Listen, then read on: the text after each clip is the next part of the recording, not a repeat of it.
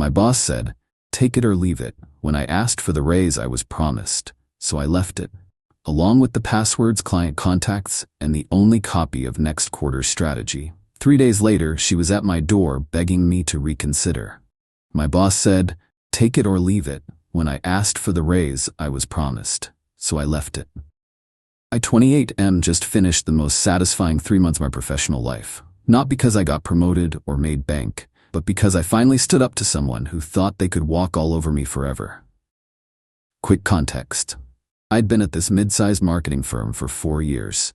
Started as an intern, worked my way up. By year 3, I was basically running our biggest accounts while my boss, Rachel, took credit in board meetings. Classic story, right? Here's where it gets interesting. Last January, Rachel pulled me into her office. Big smile. "Connor, you've been absolutely killing it. The Morrison Industries campaign. Pure genius. I'm putting you up for senior account director, 35% raise, profit sharing, the works." I nearly cried. Finally. Recognition, validation, all that overtime, all those weekends, worth it. When does it take effect? April 1st. Just need to get through Q1 projections first. Should have known by the date. Fast forward to March 28th. I'm prepping my talking points, updating my LinkedIn, already planned how I'd tell my girlfriend Jess. Then Rachel calls me in. "So about that promotion." My stomach dropped. "The board feels you need another year of seasoning. But hey, we can do a 5% cost of living adjustment. Take it or leave it." I sat there stunned. She wasn't even looking at me, just typing on her phone. "Rachel, you promised." I said I'd put you up for it. I did. Board said no. She finally looked up. "Look, Connor, you're great at what you do, but you're not irreplaceable. Take it or leave it." That phrase. Take it or leave it. Like I was begging for scraps. "I need to think about it." Doors always open. She was already back to her phone. I went back to my desk, opened my computer, looked at what I was actually responsible for. 7 major client accounts worth about $3.2 million annually. The entire Q2 strategy presentation I'd built from scratch. It was saved on the shared server, sure, but it was a complex, multi-layered file linked to a dozen data sources. Only I knew how to navigate and present it without it falling apart. The direct relationships with every single client POC. They called my cell, not the office line, the operational knowledge for all our project management systems. Fun fact. Rachel had insisted IT create a shared login for our team that only I ever used, because she couldn't be bothered with remembering another password. She delegated the process of access to me, making herself dependent. Then I looked at our company handbook, specifically the part about 2 weeks' notice being a professional courtesy, not a legal requirement. I made a decision, but first I needed to be smart. See, Rachel had made one crucial mistake. She'd made herself completely dependent on my knowledge while treating my person as disposable. Every system, every process, every client relationship ran through me because she was too busy networking, read 3 martini lunches, to learn how anything actually worked. I started documenting everything, not to hand over, just to cover my ass. Every task, every system, and every time Rachel had explicitly delegated a critical function to me via email. I saved the thread where she told me to just handle a client crisis because she was at a spa weekend, and another authorizing me to use the team login for a critical software update because she trusted my judgment. March 29th, I walked into her office at 4:47 p.m. "I've thought about your offer. I'm leaving it." She laughed. Actually laughed. "Connor, come on. Where else are you gonna go? You know I write your references, right?" "I'm aware. Here's my resignation, effective immediately." The laugh stopped. "You can't do that. You need to give 2 weeks. Actually, I checked with HR. 2 weeks is a courtesy, not required." "What about your accounts? The Q2 presentation is Monday." "What about them? You need to transition everything, the systems, the client contacts."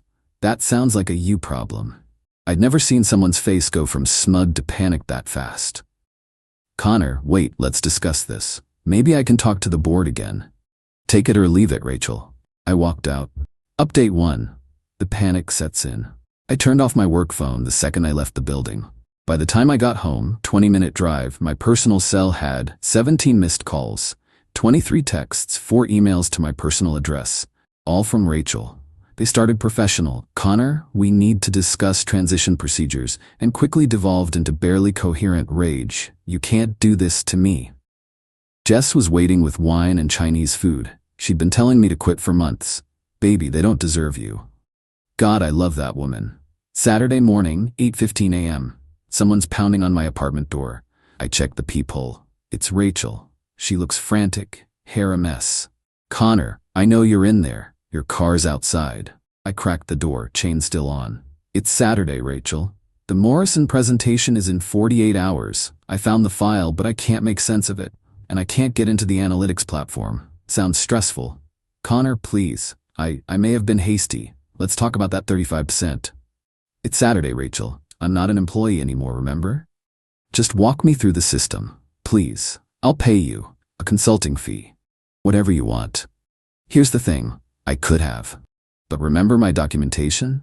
Every piece of operational knowledge I held, she had willingly and repeatedly offloaded. I wasn't holding passwords hostage. She had simply refused to learn how her own department functioned. "Rachel, I'm no longer an employee of the company. Any work, including transition services, would need to be negotiated via a formal consulting agreement sent to me in writing. I'm sure HR or your legal department can facilitate that. Please don't come to my home again."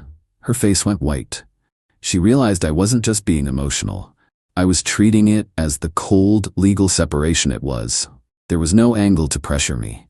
"You're destroying my career." "No, Rachel, you built your career on my work and I just left the job." I closed the door. Monday came and went. From what I heard through the grapevine, I still had friends there. The Morrison meeting was a disaster. Rachel tried to wing it with the deck, but without the context and data links, it was just a bunch of pretty slides. The client noticed immediately. They were not pleased. By Wednesday, Morrison Industries had formally notified the agency they were activating the 30-day exit clause in their contract. $1.2 million. Poof. Update 2? The art of the deal, Thursday afternoon. I'm at a coffee shop updating my resume when I get a call from an unknown number. Against my better judgment, I answer. "Connor, this is David Chen, CEO of..." I knew who he was. Rachel's boss, the guy who only showed up for ribbon cuttings and holiday parties. "Hi, David. I'm gonna cut to the chase. The agency is experiencing some operational challenges." Challenges. That's corporate speak for everything's on fire. "I'm flattered you call, but I've moved on." "Connor, I've been reviewing the situation. It's clear your role involved responsibilities far exceeding your job description. Rachel has indicated you were essential to the division's operations. Did she now? I'm prepared to offer you the senior account director position, effective immediately. 40% raise." I almost laughed. "David, with all due respect, my trust in the company's promises is at an all-time low. Besides, the work environment under Rachel is untenable. What if I put it in writing, an employment contract, not just an offer letter? And what if Rachel's reporting structure were to be realigned? I'd need more than that to even consider stepping back into that chaos. 50% raise, a signing bonus equal to the profit share I was promised for Q2, and I would report directly to you. Rachel would have no oversight of my work or my accounts." Long pause. "That's a substantial request. Morrison Industries was a substantial account. I hear Hartley Group is getting nervous too." Another client had started asking questions. "News travels fast. I'll need to discuss this internally. David, I have other interviews lined up. I'll need a final answer in writing by close of business today." I didn't have another call, but he didn't need to know that. At 4:00 p.m., an email from David landed in my inbox. Official, ironclad employment contract attached. Everything I asked for, plus one thing I didn't. Rachel was being transitioned to a new role focused on internal development. Translation, a demotion to a job with no power. I still said no, not out of spite, well, not entirely, but because a company culture that allows a Rachel to exist is a flawed culture. While they were melting down, I'd been interviewing. Turns out, when you can demonstrate that you managed a $3.2 million portfolio and retained clients through sheer competence, other agencies get interested. Very interested. I signed with Meridian Communications that Friday. 60% pay increase, full creative control, and a boss who actually ran her own calendar. Update 3. The plot twist. 2 weeks into my new job, thriving. My clients from the old agency? Yeah, contracts have clauses. When Morrison Industries and Hartley Group officially terminated their contracts, they were free agents. And it just so happened their trusted former account manager was now at a new firm. Meridian's CEO, Sandra, called me into her office. Connor, I'm not saying you poached these clients, but it seems your former employer gave them some compelling reasons to explore the free market. Good for us. I liked Sandra immediately. Meanwhile, the old agency was hemorrhaging. Rachel, stripped of her team, was failing in her new internal development role. From what I heard, she spent most of her time trying to blame the meltdown on me. Then came the twist I didn't see coming. My buddy Tyler still worked there. He called me one night, frantic. Dude, Rachel's been telling David you sabotaged the systems and deleted files before you left. She's pushing for a lawsuit. They're doing a full forensic audit. My blood ran cold for a second. Then I remembered. My documentation. Tyler, do you remember all those emails where Rachel told me to just handle everything and use the shared logins? Yeah, forward those to your personal email. Now, it's not about the company. It's about protecting yourself from being her next scapegoat. Trust me. The audit revealed exactly what I knew it would. I hadn't sabotaged anything. I had simply left. Every file was on the server. Every system was functioning perfectly. The problem wasn't malice on my part, but incompetence on hers. But here's where Rachel truly sealed her fate. In her desperation, she submitted a formal report to HR and the CEO, stating that I had been solely responsible for managing critical infrastructure and client communications without proper oversight. She thought she was building a case against me for negligence. She just confessed in writing to her own gross managerial negligence. David called me personally a week later. Connor, I owe you an apology. The audit has made it clear that there were significant management failures regarding your position. I've had to let Rachel go. I'm sorry to hear that. No, you're not. No, I'm not. Is there any chance? David, I'm happy where I am, but I appreciate the call. I understand.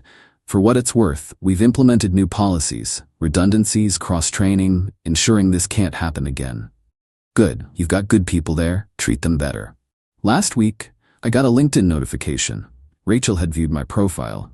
Then came the message. Connor, I hope you're well. I wanted to apologize for how things ended. I'm starting my own consulting firm and would love to discuss potential partnerships. I didn't respond. Jess says maybe I should feel bad for her. But you know what? Some bridges deserve to burn. I didn't have to plot or scheme. I just stopped doing the work of two people for the price of one. Amazing how quickly a house of cards collapses when you remove the single card holding it up. Edit. Holy shit, this blew up.